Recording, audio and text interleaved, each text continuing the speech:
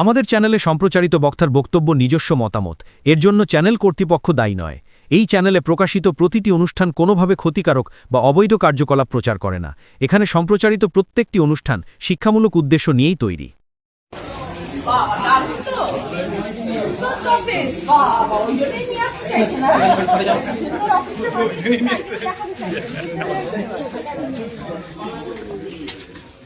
পরিষ্কার পরিচ্ছন্ন, খুব সুন্দর তো।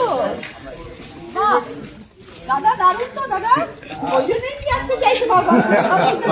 এবার দিদির কাছে কিছু নেবো তো, এবার দিদির কাছে দাদা দিয়েছে, এবার দিদির কাছ থেকে নেবো।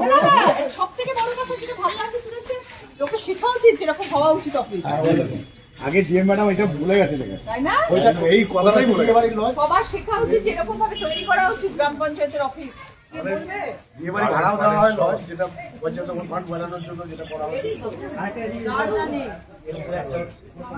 খুব ভালো।